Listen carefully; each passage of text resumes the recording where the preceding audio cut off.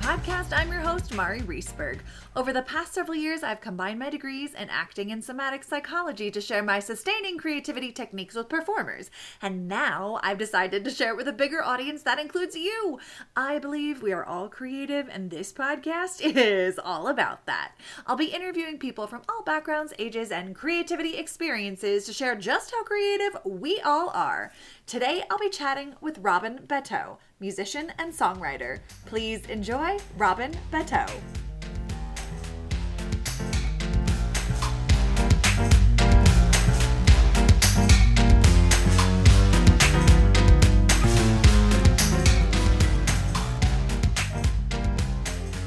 Welcome to the Sustaining Creativity Podcast. Today, I'm chatting with Robin Batteau, musician and songwriter. Welcome to the show. Thank you so much, Mary. I'm hearing the voice saying recording in progress at the beginning of all of these Zoom recordings. Makes me think of, well, the creativity in progress. So thank you. And Yes. thanks for your podcast and for shining a light on creativity itself. Well, I'm so excited for you to join me so we can talk about creativity. But before we get there, why don't you let our listeners know a little bit more about who you are and what it is you do? I'm a singer-songwriter. I'm an old veteran. I've been doing it for 60 years, and you discover things at every year, at every turn, that are new to you. And I was just telling Mary that I just this year discovered the Gilmore Girls, which was on 20 years ago on TV.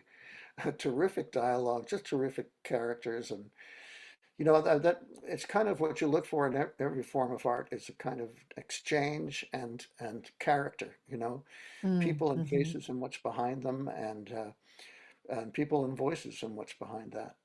I love that idea that just the people and places and people and voices. And I'm curious, how did you find your way into your voice and your music? Yeah, I was going to Harvard studying biochemistry, and my friend Johnny Compton called up and said, "Hey, your brother David, who plays cello, um, can't accompany me at the Sword and the Stone Coffee House in Boston because he's got to do something else over this Christmas vacation. Could you take his place on violin?" And I said, "Sure." So we got together. I learned some songs, and we went over and played at the coffee house, and got some more jobs from that coffee house and other places, and wound up making a couple of albums together. And I left Harvard, uh, and my family was went through some money hard times. So I thought, I'll just leave school and get a big advancement record company that'll bail us out, which is the kind of thing that you think when you're 18 or 19. And Sure. and of course, when you're too naive to realize how stupid it is to think that, it worked. So that was good. Yeah. And we made a couple of albums for Columbia Records, and that we made. And then my brother and I got together. We uh, Johnny just got sick of the record business, which you can get sick of pretty quick. Yeah. Um, and but My brother and I, he played guitar and wrote songs and sang, and I play guitar and write songs and sing. He plays cello and I play violin additionally. And so we took turns singing the songs and accompanying one another. And I called up old friend James Taylor, who was playing a gig with Joni Mitchell at a place called the Psychedelic Supermarket in Boston. And I said, "Hey, would you be interested in producing me and Dickie, my brother?" Well, his nickname was Dickie. He goes by David now.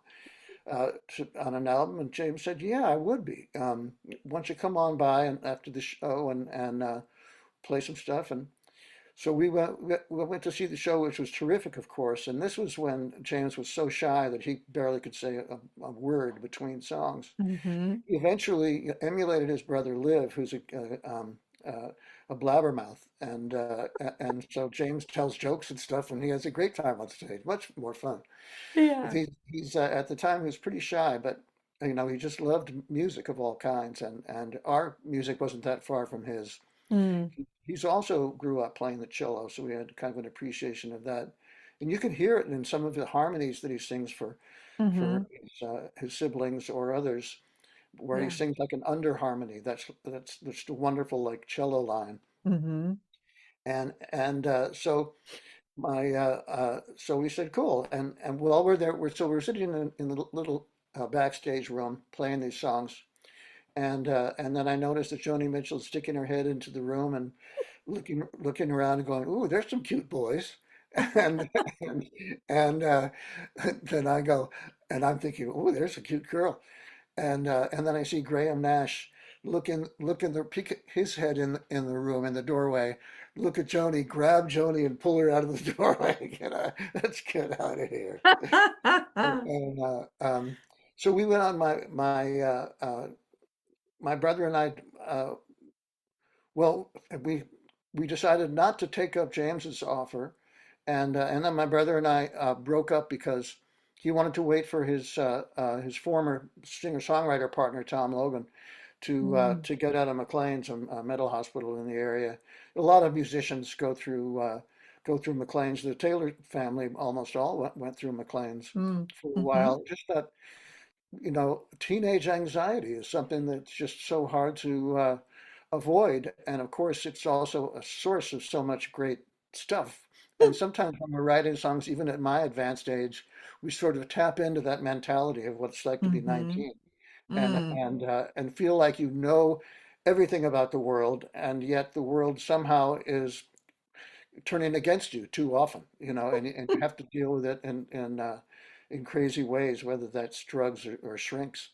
But whatever Sure. gets you through the night, and gets you through the day, it Yeah. works. And it's remarkable how many wonderful people. Robert Frost, a poet, is an example of somebody who had his own time going through mental hospitals. But Mm. the I mean, everybody's mental. And we We, all have this trials. is true. We all have things to conquer and tease Yeah, apart and yeah. understand on a deeper level. And Yeah. all the time we're getting challenged. And I've had at my age, I'm 78. You can't get by without taking a couple of bullets. And I had 10 years ago, I had a heart attack. Went to the Wow. hospital. They discovered that they were wondering why I was anemic, which helped to cause the heart attack. And it turned out I had colon cancer. And Mm. it's funny, if I hadn't had the heart attack, the colon Mm. cancer might have progressed to the point where it killed me. But Wow. because of the heart attack, it saved my life. And Yeah. so I got a little surgery to take out the colon cancer and and put a Mm. stent in my artery. And so all's well. And I've been fine for a decade. Wow. During that decade, that now we all experienced that great hole in the universe called the pandemic. Hmm. And at the time, we were all given time to like think about what are we going to do, and Mary decided to make a podcast, and other people decided to do other things. And what I decided to do was to call Harvard and say, "Hey, can I come back and finish school? I think it might be fun to get my degree." I was 73, and they Wow. said, "Well, sure." Their policy is always to let everybody come back who wants to come Hmm. back. Um, Mm. but you have to, they said it's a good idea to take a summer school course Hmm. online because nobody was in class yet from the pandemic, Sure. and to see whether, you still have the mentality to be a student because it's a whole different kind of brain that's Hmm. in action, and they call it the plasticity of the brain is much greater at a younger age. Hmm. Um, and so I said, well, what am I going to take? And I had finished, I was a hotshot high school student, and so I had finished, a teenage student. So I'd finished all the requirements of my concentration, which at that point had changed to biology, uh, in, uh, um, a kind of integrated biology, kind of a more generalist approach Hmm. to biology. And I finished all the requirements way back when, so I could take anything I wanted. And so, what else was I interested in? And I thought, well, I've always loved the sort of the ancient Greek, ancient Athens culture, and the way it contributed to kind of lit the fire under Western civilization. And I said, so let me see if there's a course in that. And there was introduction to the ancient Greek world taught by a wonderful teacher called Natasha Prashadsky, and so I signed up for the online course, and we're trying to lean through all of this cool stuff that's going on in ancient Athens. Ancient Athens basically sparked all what we think of as architecture and art and theater and music, and it turns out the and politics, democracy, and it was kind of astounding. And it wasn't a smooth operation; it was kind of a rocky road, but that, of course, Mm-hmm. contributed to the creativity. The And also songwriting, because it turns out that the ancient Greek lyric poets, Sappho among them, and Sappho at the very top of the totem pole, Mm-hmm. um, were singer-songwriters. They Mm. didn't just write poetry and then have it published by the New Yorker. You know, Right. they, they, uh, um, they wrote these lyrics and they sang them and they played the Mm. lyre, which was the guitar of the day, Mm-hmm. and they entertained the people that they were writing and singing these songs to, just like, Tom Paxton or James Taylor or Bob Dylan Mm-hmm. or Joni Mitchell or Taylor Swift. Same deal. And Yeah. so I said, well, that's kind of cool. And then we stumbled on a guy named Archilochus, who was kind of the Bob Dylan of the 7th century BC. Sometimes you say BCE to be kind of politically correct. I don't think it Mm-hmm. matters, but I still, BC still sounds like what I think it is, but BCE is cool too. Anyway, so 7th century BC, uh, um, Archilochus is a guy he's a wonderful lyric poet, and he's revered for his singer-songwriting.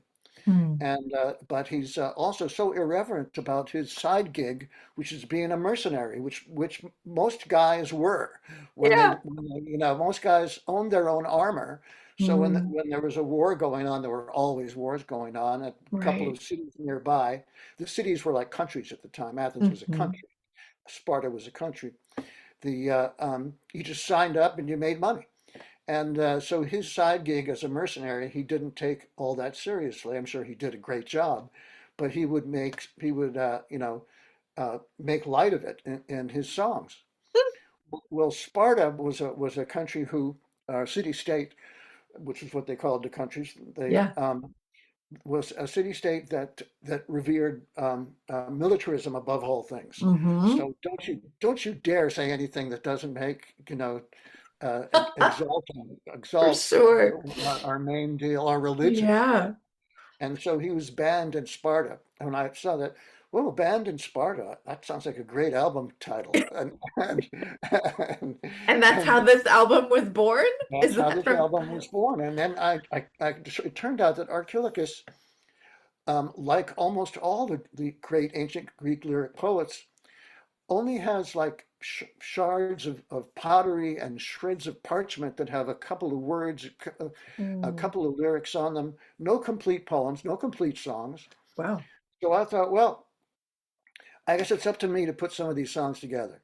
Yeah. There's lots of translations of the pieces, but Mm-hmm. there aren't lots of translations of assembled poems, Mm. basically the whole thought.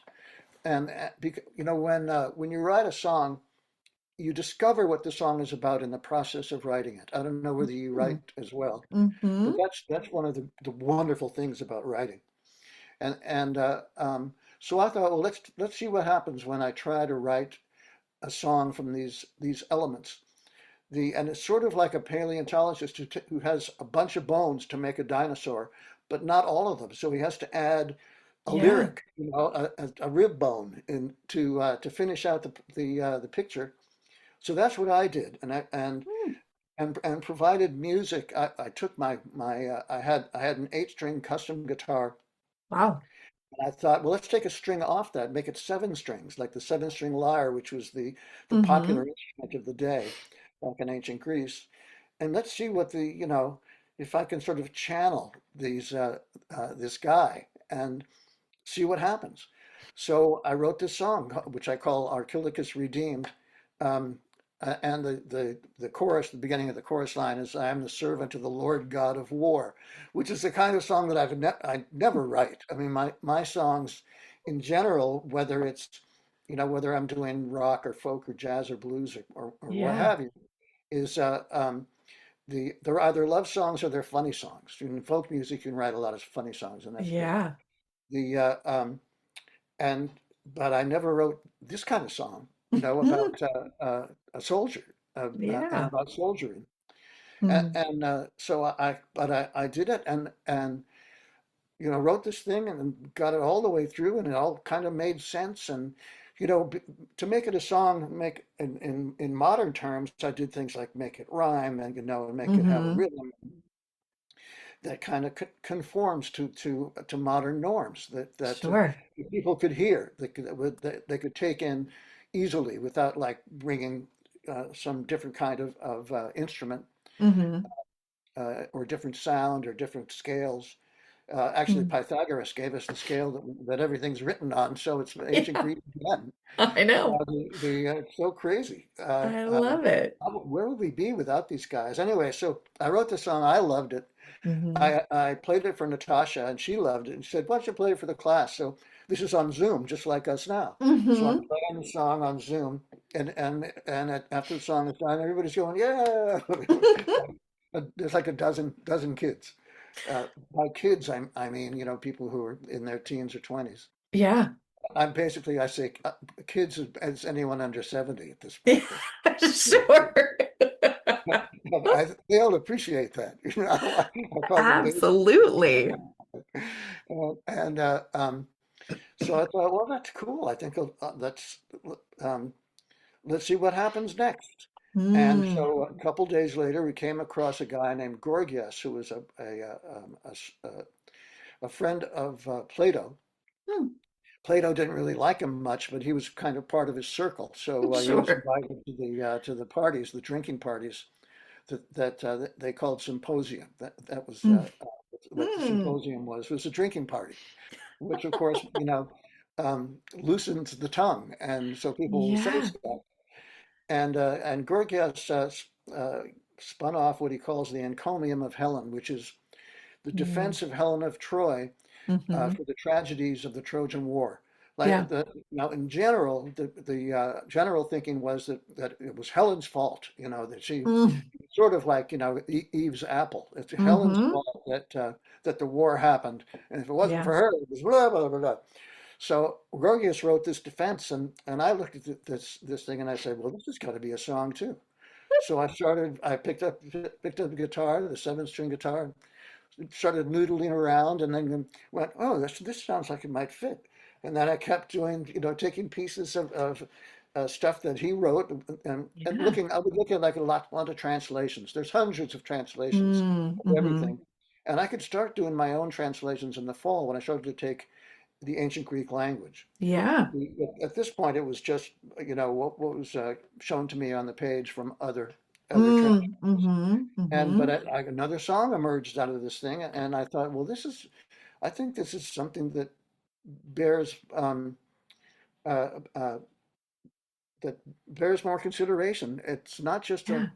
A it's not just a sideline. I think it's something important to me, and Yeah. perhaps important to a bunch of other people. These days, when you make music, you don't make music for everybody. It's so fractured. There's all Right. kinds of divisions and types of Mm-hmm. music, and there's very little that everybody loves to pieces. The Mm-hmm. In fact, every kind of music some people think is dorky, no matter what it is. This There's going to is be some true. people who say, "Oh, that's stupid," Right. and Yeah. and it's so you don't worry about that. You just do what moves you, because if it Mm. moves you, it will move sort of like-minded and like-hearted people, and I love that. that's your group. Yeah. That's your tribe, and Yeah. that's who you're making the music for. Well, I'm so curious, do what moves you. When you think of creativity, what does it mean to you to be creative?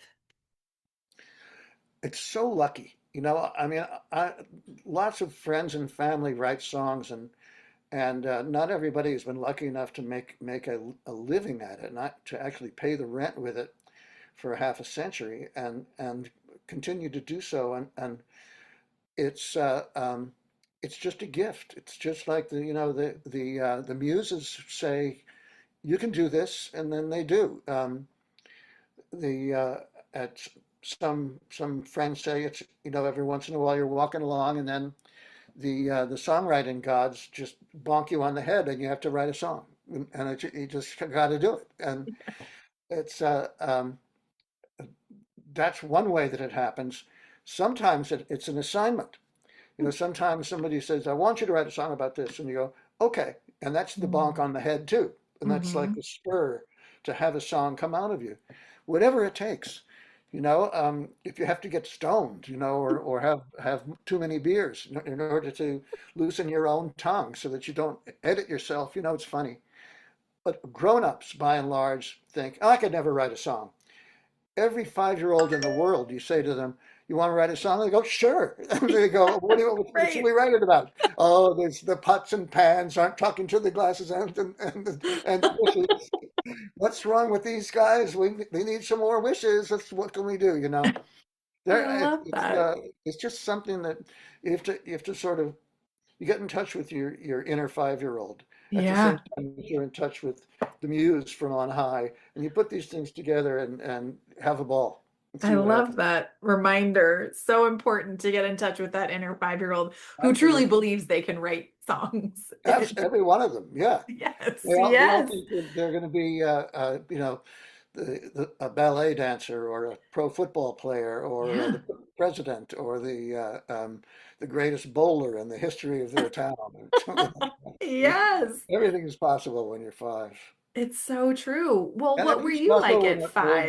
5? What's your earliest memory of creativity? It was when I was 9, when I was in fourth grade. Mm. Fourth grade central subject was ancient Greece, ancient Athens. And Hmm. we did things like we had an Olympics and we had plays. I was in like an Aeschylus play, a little bit of an Aeschylus play. I got to Uh-huh. play the corpse, which is like for a 9-year-old boy, it's like, that's it, give Perfect. me my Oscar. And the and I thought we studied mythology and all of this wonderful stories. Oh, and I thought, well, I think that's when things started. And Mm. that was the same year that my parents said, "Hey, what instrument do you want to learn to play?" And because it wasn't like, "Do you want to learn an instrument?" It's like, "What instrument do you want to play?" Yeah. My older brother had already started playing violin. He's a couple of years older. Hmm. And so I just wanted to be just like my big brother. And I said, I'll play the violin. And my parents thought, well, thank goodness, because then he can use my brother's I already quarter had size it. violin to start, and then the half size. And it's Yeah. really cute, by the way, those quarter size violins. Oh, yes. It's really like, what's this, And so I started playing the violin. And then in seventh grade, I was 12. And I had started to play guitar because my older brother was playing Mm. guitar, and so I would borrow his and teaching myself chords and things, and learning folk songs because this was the kind of one of the big folk revival waves. Hmm. 1960 this was, Yeah. and so I learned a bunch of songs that were wonderful. Harry Belafonte, I think, kicked it off, but there was also the Weavers and Yeah. Pete Seeger and then Joan Baez from my hometown. I'm from Cambridge, Massachusetts, and Joan Mm. Baez was a local queen. My dad took me to see Joan at the Club 47, which Mm. was the kind of the premier folk outlet in America. Hmm. And this was when uh, uh, Joan had just started playing at the Club 47. They Mm. hired her to. The Club 47 was really a coffee shop, not a coffee house. They just wanted Joan to sing songs to sell more sandwiches and things. And then they realized, oh, they're coming to actually see the singer that we Yeah. have. And then she blew up. Became a sensation, a national Mm. sensation and treasure, which she Hmm. still is today. Yeah. And I love that. But so when I was 12, I was writing all these, I was learning all these songs, and I thought, it's time for me to write one. I'm tired of learning all these other people's songs. Hmm. And my girlfriend, I was 12, so it was a nice 12-year-old girlfriend boyfriend situation. And I thought, I'm writing her a song. And so I wrote this song. Her name was Jane. So the name of the song was Jane. And my parents, a family friend was Tom Lehrer, the great satirical songwriter, also from Cambridge, Oh, who wrote songs like "Poisoning Pigeons in the Park." And Tom's a fantastic guy, and he just passed away last year at mm. 97 or something. Oh, wow. And so my parents called up to Tom and said, "Hey, our kid's writing songs. You want to listen to him and see whether he's any good?" And Tom said, "Sure, bring him over." So we trotted over. And I played him the song, and Tom Lehrer says, "Well, it's a song," and which Ah, would remind him of from time to time. And he would always say, "No, I wouldn't say anything then. I wouldn't be much nicer." He said, "No, you were Tom Lehrer, and that was perfect. yeah. That's what a 12-year-old boy would want to hear from Tom Lehrer, is the real Tom Lehrer." Yeah, the So real deal. I love that. yeah, Yeah. and these days, one of my fun things to do is something called April Fools with a few other singer-songwriters who also write funny songs, and Mm. and they're just fantastic. David Buskin, my on and off musical partner for the last half century, Hmm. is one of them, and Carla Ulbrich, who's wonderful younger singer-songwriter, John Forster, who's very much in the Tom Lehrer tradition. In fact, when Tom Lehrer heard John Forster, he said, kind of in reference to Richard Nixon's resignation, he said, um, you don't need Tom Lehrer to kick around anymore. Now you've got John Forster." Oh. And and and he loved him. He loved Tom, loved John, and he loved Christine Lavin too, who's also Mm. Hmm. in our troupe. And we have a great time. We're doing a couple of shows. May 20th at Passim in Cambridge, which is the child of Club 47, Hmm. and still I think kind of the hub of folk music in America. Amazing. And also the Catullus Center in Cape Cod Oh. on the May 24th, on the Sunday afternoon of Memorial Day weekend. Hmm. And so please come to both and buy a lot of tickets, everybody. It's called April Fools, and we have a ball, and you will too. I love And it. so, yeah, so we do that, and I sometimes do a solo thing where I'll sing the songs from the Band in Sparta album, Hmm. and sometimes David Buskin and I will do Buskin and Batteau show, which is what we've done on and off for 50 years, um, and had great fun doing it. We had one of the great fun we had was um, we were playing as Tom Rush's opening act and his band. So we were Oh, sidemen on violin and piano for Tom Rush, who's just a terrific singer and singer-songwriter and performer. yeah. And so we got to do that for about a decade, and we met all kinds of new fans. If you want to Yeah. see a really cool uh, recording of a song there's a song of mine called "The Boy with the Violin" that's on a video on YouTube of Mm. a symphony hall concert for Tom Rush Symphony Hall, 1985, I think it is, Okay. and it's pretty cool. The Boy with the Violin, and so I'm hoping that Band in Sparta will I of course everything's a sideline, but let's get back on track here.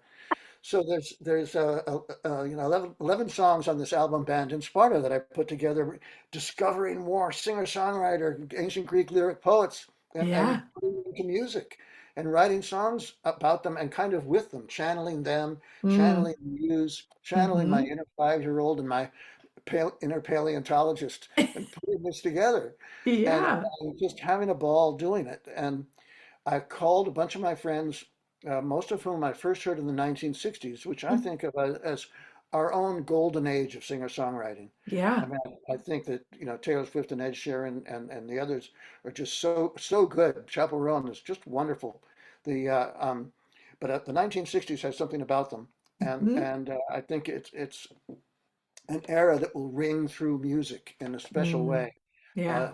for forever. And so I called a bunch of guys, pals from the 1960s, um, who and asked if they'd like to sing a song on the album, and everybody said, yeah, sure.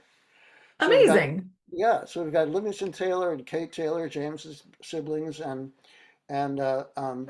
let's see, Robin Lane, who's sang duets with Neil Young before she became a kind of a punk folkie in the late 70s. She's great. Mhm. She's my housemate in Shelburne Falls now. She called up and said, "Hey, Robin, you want to live in Shelburne Falls?" And I thought about it for a second. She lives next door to my brother Brooke and his family. And I said, "Well, sure." and and so I came. I've been living here for a year.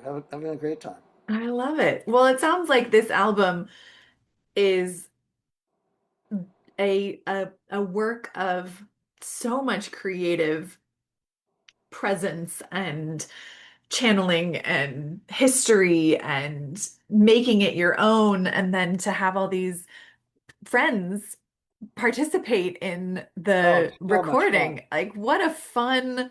project. Oh, This it's has so been, cool. I love hearing about it. And I had the opportunity to listen to a few songs and I Cool. thoroughly enjoyed them. It was really wonderful to put all these pieces together, having Yeah, yeah. heard the music. It's so nice. You can go around the world. You know, Eric Andersen sang Yeah. his song in Amsterdam, Ah, and he just, you know, he had his favorite engineer was right there in Amsterdam, and that's where he was living. And I said, "Why don't you record it there? Send ah, me the tracks, and I'll make it part of the album." I love So it. that kind of happened. People would record the songs where they lived. Yeah. There wasn't any travel involved. It was just, you know, where you're most comfortable. Well, And I think it brought out amazing things uh, in yeah. everybody. And um, I'm so proud of the album. I tell my wonderful publicist Ann Ruckert that we should call it history's greatest record because it's got more history than everything else. Okay. So this is a band in Sparta, and it's got a wonderful Waterhouse painting on the front. Yeah. Um, and then here's me in you know, a Corinthian war helmet, Ah, battle helmet, and with a goddess on my shoulder. I Uh, love it. and let's see, you know, people like Robin and Liv and Kate and Hmm.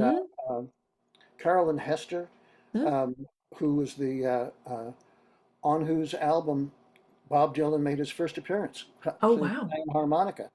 And Amazing. yeah, and also Tom Paxton who does a fantastic job Hmm. on a song that's the lyrics are put together from Anacreon. Who's the guy?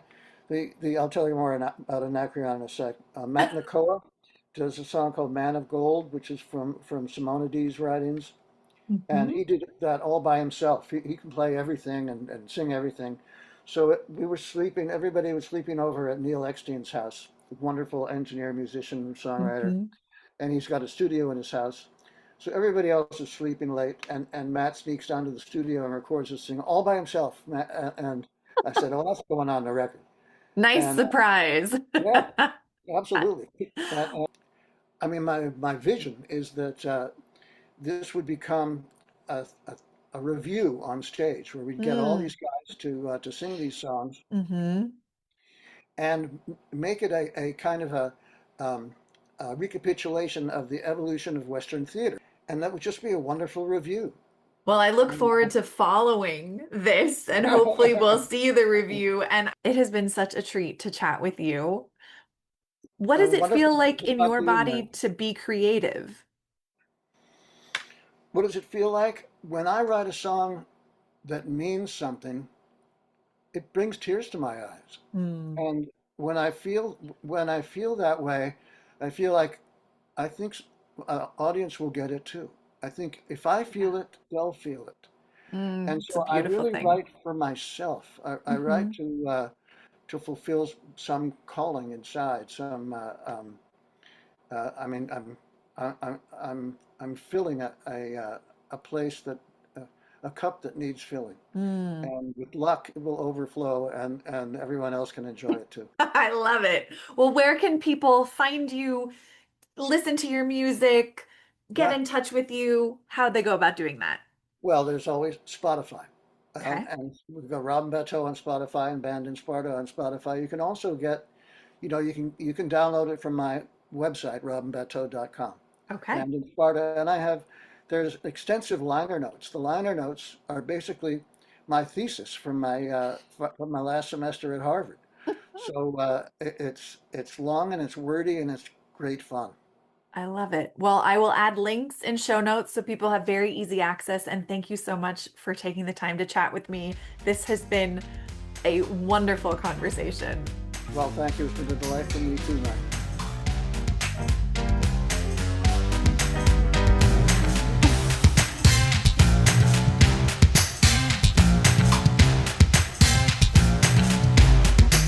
Thanks for listening to the Sustaining Creativity Podcast. We'd love to keep in touch, so follow us on Facebook and Instagram. We are at Sustaining Creativity. Make sure to subscribe to the podcast wherever you listen to podcasts. Tag your friends and family so they can listen too. We love to hear from you, so leave your reviews, comments, and questions. Check out our website, sustainingcreativity.com, for upcoming offerings and creativity coaching. Tune in Tuesdays for our next episode. And remember, with creativity, anything's possible.